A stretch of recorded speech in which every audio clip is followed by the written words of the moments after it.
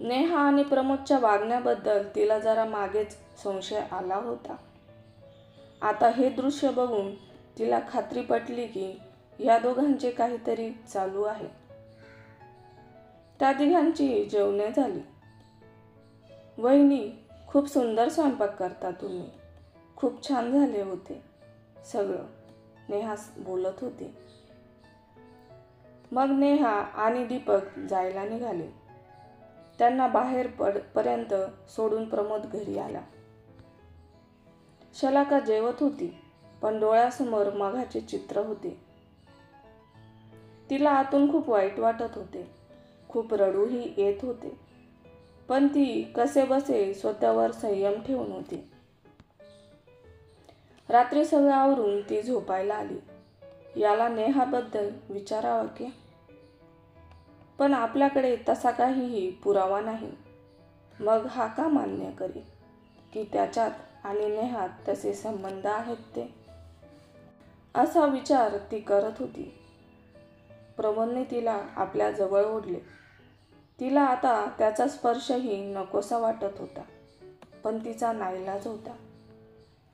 तो आधाशासारखा तिच्यावर तुटून पडला. तिच्या डोळ्यांतून अश्रू वाहत होते. पण रात्रीच्या त्या अंधारात त्याला फक्त त्याची वासना पूर्ती करायची होती. मनासारखे तिला ओरबाडून तो शांत झाला आणि तिच्याकडे पाठ करून झोपी गेला. शलाकाचे अश्रू मात्र वाहतच चालले होते. शरीराने आणि मनानेही ती सुन्न झाली होती.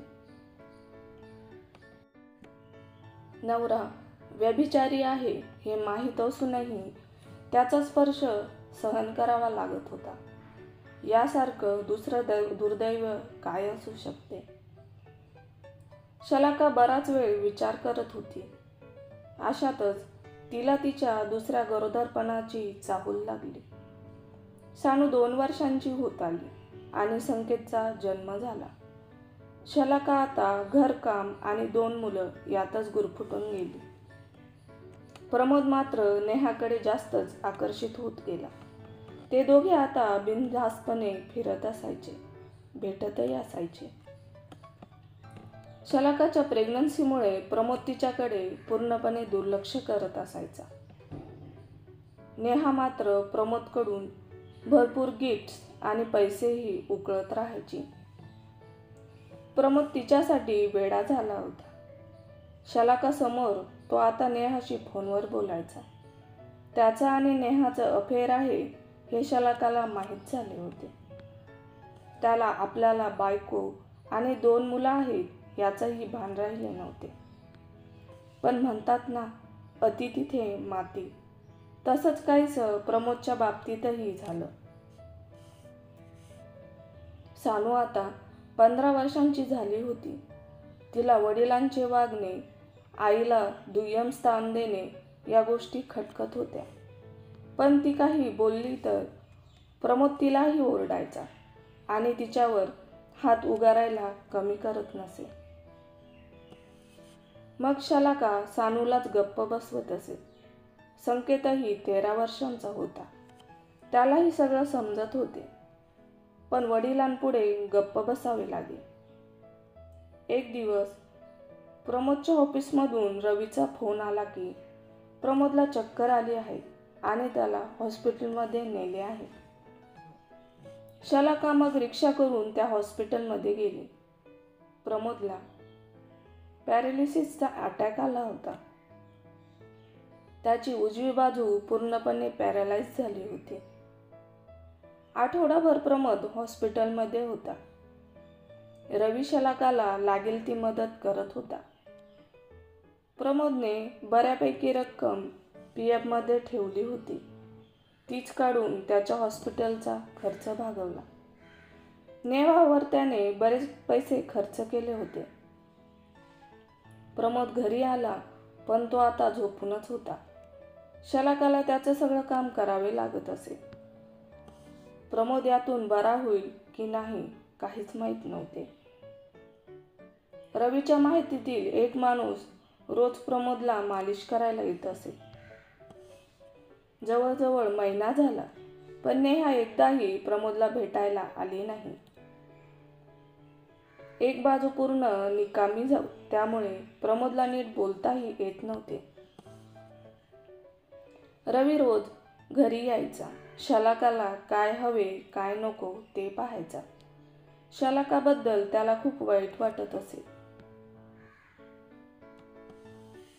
जमा असलेला सगळा पैसा प्रमोदच्या उपचारांसाठी खर्च झाला होता. आता घर कसे चालवायचे हा मोठा प्रश्न शलाकासमोर उभा होता. ती रवीसोबत यावर बोलली. तसा रवी म्हणाला, मी माझ्या ओळखीने बघतो कुठे काही नोकरी तुम्हाला मिळते का.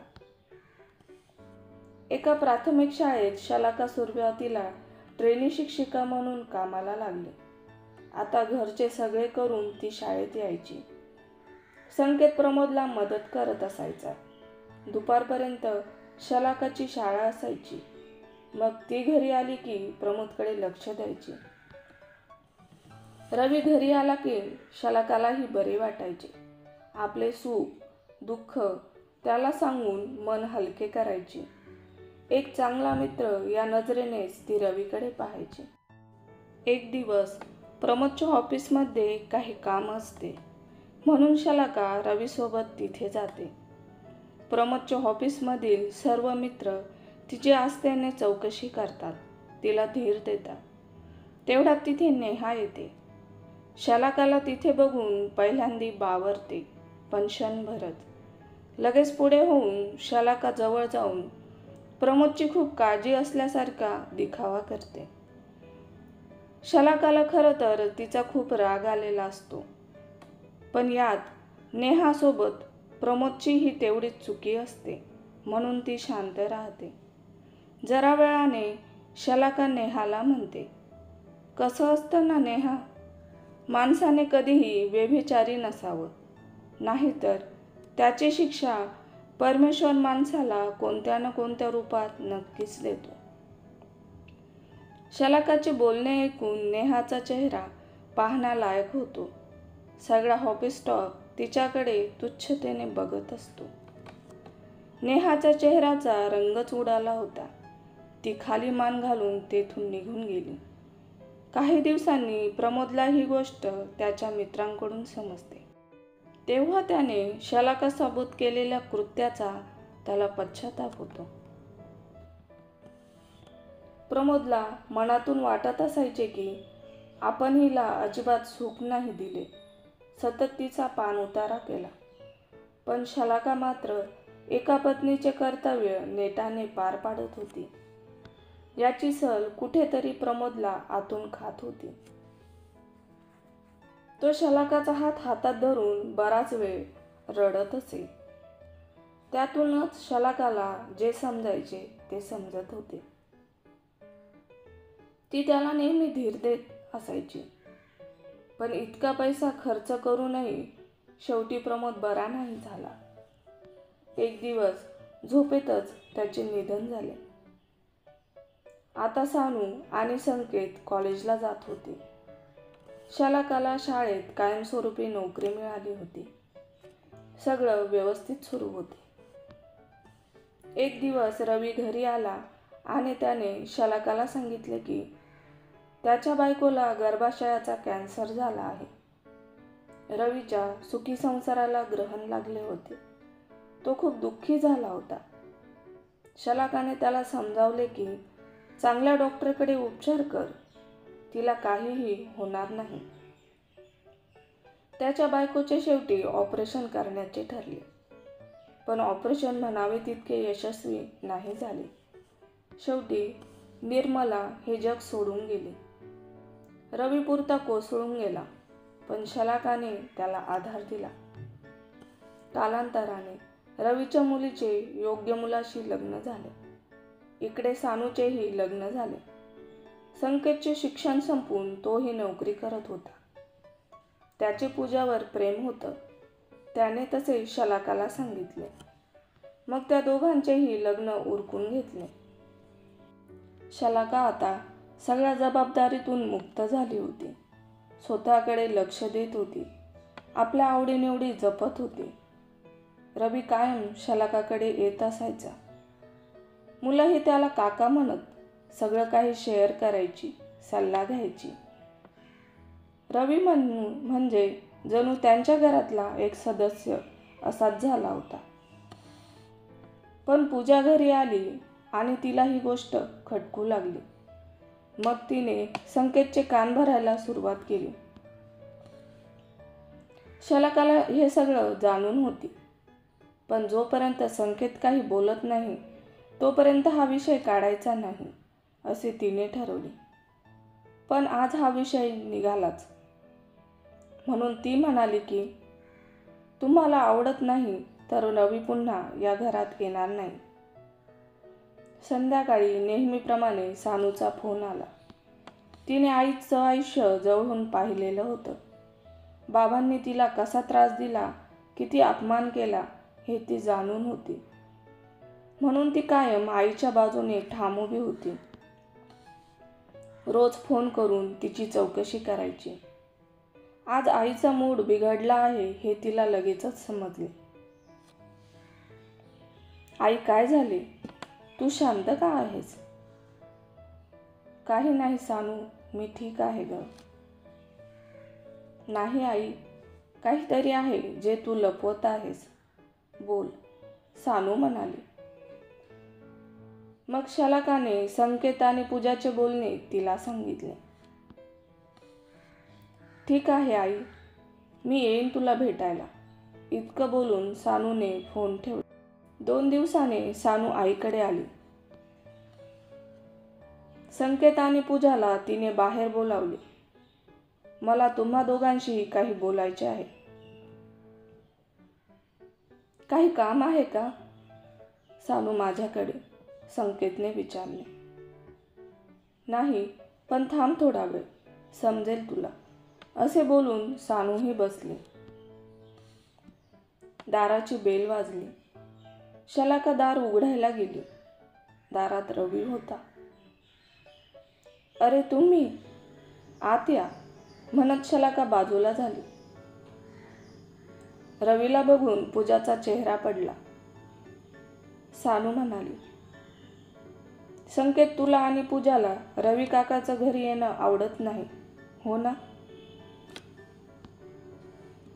तसे काही नाही सानू, पण लोक उगाच चर्चा करतात म्हणून.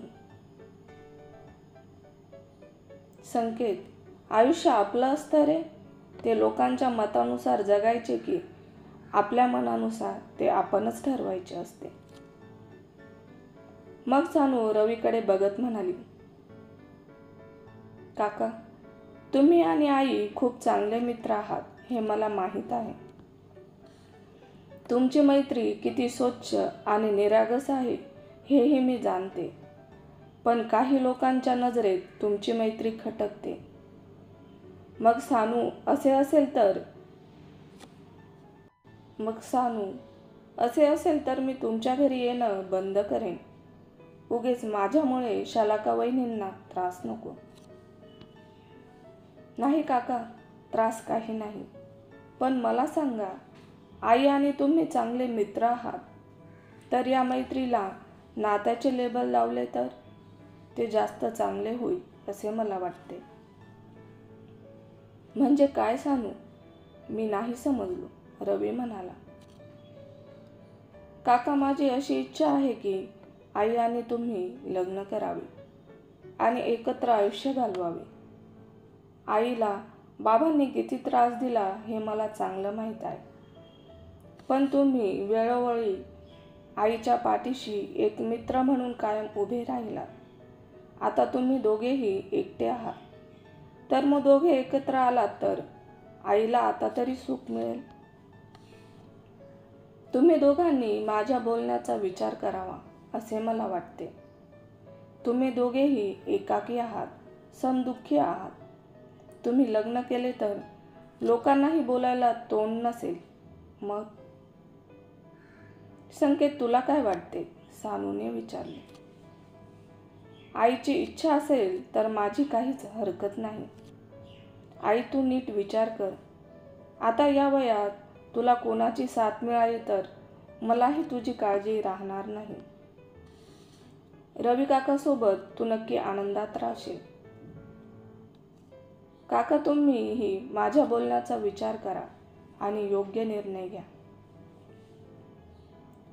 सानू, मी विचार करेन मग सांगेन तुला, रवी म्हणाला. आता पूजाला बोलायला जागाच नव्हती. शलाका आणि रवी भेटले. पूर्णपणे विचार करू मग त्यांनी लग्न करण्याचा निर्णय घेतला. सानू खूप खुश झाली. आईने दुःखच सोसले. निदान आता तरी ती आनंदात राहील. रवीनेही आपल्या मुलीला आपले मत सांगितले. तीही आनंदाने या लग्नाला तयार झाली. शलाकाला ती लहान असल्यापासून ओळखत होती. मग एक दिवस ठरवून शलाका आणि रवीने रजिस्टर मॅरेज केले. रवी आणि शलाका आनंदी होते. शलाका अधूनमधून संकेतकडे यायची, तर रवीच्या मुलीला हक्काची आई आणि माहेर मिळाले होते. शलाकाच्या आयुष्याचे दुःखचक्र संपून आता सुखाची सुरुवात झाली होती. आता कुठे खऱ्या अर्थाने शलाकाच्या सहजीवनाला सुरुवात झाली होती.